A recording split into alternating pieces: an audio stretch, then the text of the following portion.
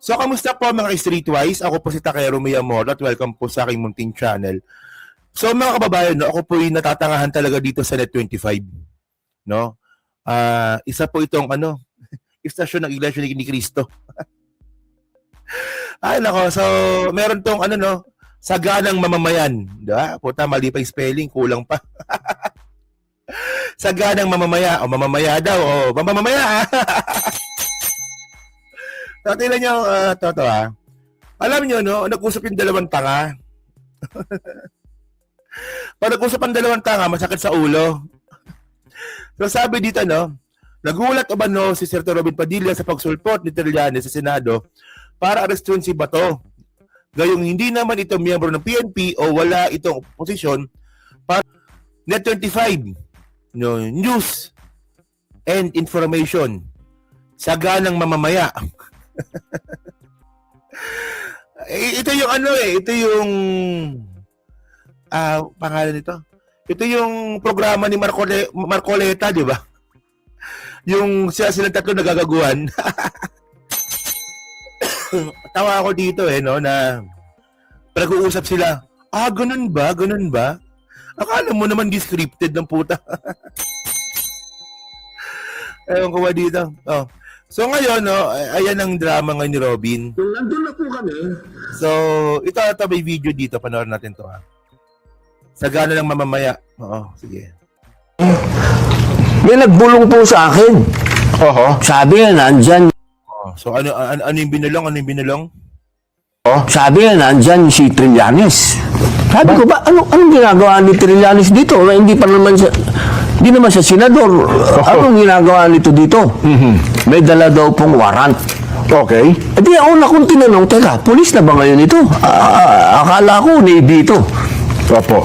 E di sinabi po nila, sabi din po nung, ang nagsabi po sa amin, yung usaay, na nandyan opo. si Trillanes. Di sinabi ko kay Bato. Sabi ko, General, andyan daw si Trillanes, may dalang warrant. Di sinabi namin ngayon kay SP, kay Senator Alan. Sabi naman ni SP, saan galing yung warrant? Okay, opo. Siyempre po, kasi wala po silang pinakikita Oo. Alam mo sinungaling to mga kababayan? Wala daw pinapakitang warrant yung NBI tsaka si Trillanes nun. No, Mick My D. Hello po, Ma'am Rowena. Hello po, no? Sinungaling, di ba? Alam nyo, itong programa na itong Saganang Mamamayan, no, ito po yung programa ng INC na nakakalat po ng katangahan at fake news. Kayo ba maniniwala ba kayo na arrestuin si Bato ng NBI na walang dalang warrant? Gago pala to, no? Si Robin, bobo talaga tong hayop na to, no? Siyempre po, kasi wala po silang pinakikita Oo. Hanggang ngayon, wala pa. Hanggang ngayon po, wala. Hanggang ngayon daw, wala daw pinapakitang arrest warrant. Anong klaseng kagaguhan to, Robin? Pati yung nag-interview sa kanya kung sino man yan. Alam niyo mga kababayan, no? So hanggang ngayon, ibig sabihin, hindi niyo pa rin alam na may arrest warrant si Bato? Ako nga, vlogger lang ako eh. May kopya ako eh. O yan, no? Ako nga, vlogger, may kopya ako ng arrest warrant ni Bato. O, yan o. Galing ICC yan. Kita mo nga yung arrest warrant ni Bato, November 6 pa nga, meron na. So tama pa rin sinabi ni Remulian na may arrest warrant na si Bato. Alam niyo kung ano nakakainis dito, no? Hindi lang tungkol sa katangahan nito eh. Tungkol ito sa fake news eh. Isipin mo ba naman, sabihin mo ba naman na pupunta yung NBI na walang arrest warrant? Eh syempre, may nakakapanood sa inyo. Eh minsan ang mga viewer nyo mga tanga. Maniniwala na lang bigla yan. Ay, oo nga, kawawa naman si Bato. Arrest yun na walang arrest warrant. Putang na ninyo, di ba? Oh. So nagkalat kayo ng fake news. Saan ito ni Robin? Gago talaga to. No? Dapat hindi na binigyan ng amnesty eh. Gagawa rin pala ng illegal tong baka ng ilan to. No? Pa-Muslim pa. Pero gagawa rin pala ng kalokohan. Isip na to. Isip na ginawa niya. Pinagkakasi ba to? Tapos nadasal-dasal. Allah, Allahu Akbar. Sinungaling ako. Hindi. Ako ayokong idama yung religion. No? Pero sabi ko naman, kung ang isang tao po naniniwala sa religion niya na yan, na siya ay magiging mabuting tao, igagalang po natin yan. Pero ayan ba, natutunan mo, Robin? Lumabag sa batas? Visit no? Lumabag na nga sa batas si Robin, nagkakalat pa ng fake news. Wala daw arrest warrant yung IC, yung yung NBI. Puta ko nga meron eh. Ako nga may copy ako ng arrest warrant ni Bato. Ayan linaw-linaw Warrant of arrest, Mr. Ronald o Garapon de la Rosa. Marapon pala, Marapon. Parang kapon no? O, di ba? Joke lang sabi ni Robin, no? Gago siya kamo. Nandun po. Takero, wag mo. Wag mong sayangin ang energy mo sa katangahan ni Robin. Siyempre po, kasi wala po silang pinakikita eh. Oo. Hanggang ngayon, wala pa. Oo, hanggang ngayon po, wala. Oo. Sa madaling salita, nandun po pala yung NBI. Nasa loob na po ng building. So, ang nangyari, Sabi nung nag-interview, parang hindi niya alam, no? Kunwari hindi niya alam yung sinasabi ni Robin, pero in the first place, alam na niya yung script, kung paano tatakbo yung usapan, alam niyo na ako visit sa sa kanan ng mamamayan. Yung kung makapag-react, ganun ba? Pero in the first place, alam naman nila yung yung pinag-uusapan. Hindi kasi ako mga kababayan, alam ko yan eh. Kami dati pa sa The Big V mga kababayan. Di ba? Kung naalala nyo, di ba, yung sa Radio Pilipinas namin, nung kumpleto pa kami nun, alam namin yung topic. Kaya wala na ganun ba? Wala nagkaganon sa amin. Kasi bago kami sumalak, alam na namin yung topic. Yung flow, bahala na yung flow. No, bahala na yung flow kung saan mapunta yung flow. Pero yung topic, alam na namin. Kaya, maniwala ka dyan, di ko alam yan. Putang ina ninyo, di ba? Gago pala to eh. Sige. po, sinuspend ng session, dinala muna po sa lounge si Senator Bato. Habang nag-uusap, si Senator Alan Peter Cayetano, ang bagong SP, at yung director ng NBI na si Attorney Matibag. Kasi po, nagkasundo na habang wala yung warrant Hello po, Pinoy from DC. Hello po. na pinapakita na talagang may warrant, kasi hinihingi po ni SP yung warrant, wala naman po silang mapakita. Sinungaling talaga, no? Puta, may warrant nga. Walang iya ka, Robin, napakasinungaling mo. May warrant nga. Ano sabi mo walang warrant? May warrant, tanga. Lumabas muna sila ng Senado. Kasi anong ginagawa nila sa loob ng Senado at manghuhuli sila na wala naman silang dalang warrant? Sinungaling? Sinungaling talaga, no? Ba dito? So ngayon mga ka-streetwise, no? Anong update? So anong update ngayon? So ang update ngayon, mga kababayan, ito, aresto na si Bato. Saan na ba tayo? So ito yung, ito yung update ngayon natin sa kalagayan ni Bato. Tapos ibasura ng Korte Suprema ang hiling ni Senator Bato de la Rosa na pigilin ang pag-aresto sa kanya. Ito ang direktiba ngayon sa mga alagad ng batas. I would like to confirm, one, the Philippine law enforcement agencies, which would include the PNP, the National Bureau of Investigation, are now tasked to effect the arrest of Senator Bato de la Rosa. Wanted si de la Rosa ng International Criminal Court bilang isa sa co-perpetrators sa kasong crime against humanity of murder kaugnay ng madugong war on drugs ng Duterte administration. Isang arrest warrant mula sa ICC ang hawak ng mga ahente ng National Bureau of Investigation nang tinangka nilang arestuhin si Senator de la Rosa sa Senado noong isang linggo. Naglaho siyang parang bula noong Huwebes matapos ang kaguluhan sa Senado. Senator Bato is a fugitive from justice. Ayan malinaw Si Bato po ay pugante. Anong ginawa ni Robin? Pinatakas si Robin. And he should be brought to the ICC to face the charges before him. May hawak daw na impormasyon ng Department of Justice kung nasaan ngayon si de la Rosa.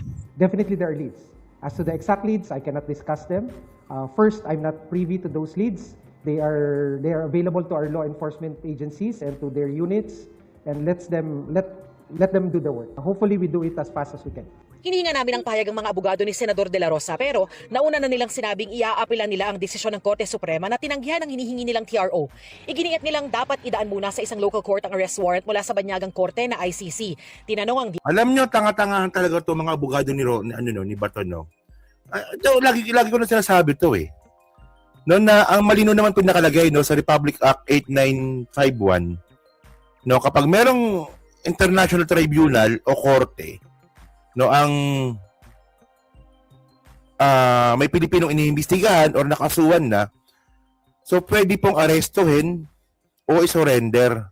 The extradite or surrender. Nakalagay ka dun eh. Surrender or extradite. Hindi po surrender and extradite. Magkaiba yun eh. Yung and tsaka or magkaiba yun. So ngayon mga babayan, no, ngayon, sabi ni John Vic, no, yung idol nga po ni sino ba nandyan? Yung idol nga po ni Mood Covers, no? Si John Vic, oo. Sabi nga po ni John Vic, hindi lang daw po 10,000 pulis ang ilalabas niya para arrestin si Bato, kundi 200,000 ba na pulis? Oh. Na especially nga daw po na babantayan daw po yung mga port, yung mga exit point kung saan pwedeng tumakas si Bato palabas ng ibang bansa. Alam niyo mga kababayan ito, narinig na po natin yan dati eh. 'Di ba? Nung panahon nga po nung nagtatago si Harry Roque. Diba sabi nila dati, si Harry Roque dyan lang yan. Oo. Naunahan lang kami. Oo, ganon. Tapos makikita nila natin na sa ICC na pala. Pero ako naniniwala po ako na si Bato hindi po pupunta ng ng The Hague. Ako naniniwala din po ako na si Bato de la Rosa hindi rin po pupunta ng ng European countries para humingi ng asylum. Kasi po, in the first place, magkaiba po yung kaso ni Bato tsaka ni Harry Roque. Si Harry Roque nakakuha po ng application ng asylum kasi po yung sinasabi niya, yung kaso andito sa Pilipinas. So pwede. No? Pero si Bato de la Rosa, mga babayan, ang nagkaso sa kanya, International Criminal Court. Hindi naman po korte ng Pilipinas. So paano ka mag-apply ng political asylum kung International Court yung nagkaso sa'yo? Di ba? Paano kasi alam ko ang political asylum mga babayan, sila po yung mga ginigipit. No, ayan ng nila, ayan ng claim ng mga humihingi ng political asylum eh. Na sila daw po ay ginigipit sa bansa nila, sila daw po ay merong threat sa buhay nila sa bansa na yan na pinanggalingan nila kasi nga daw po because of politics. Eh paano si Bato? International Court po yung nagkaso. Putay, hindi po siya makakahingi ng ng political asylum sa mga European countries na yan. Baka pahuli pa siya dun. Dito ka pa nagtago baka doon pa siya hulihin. Alam niyo mas maliit po yung yung mundo ni Bato ngayon kumpara kay Harry Roque. No, si Harry Roque kahit paano nagamit niya yung pagiging abogado niya, di ba? No, nakakuha ng legal remedies, di ba? Si Bato paano na? Hindi siya makakuha ng ng asylum. Oh.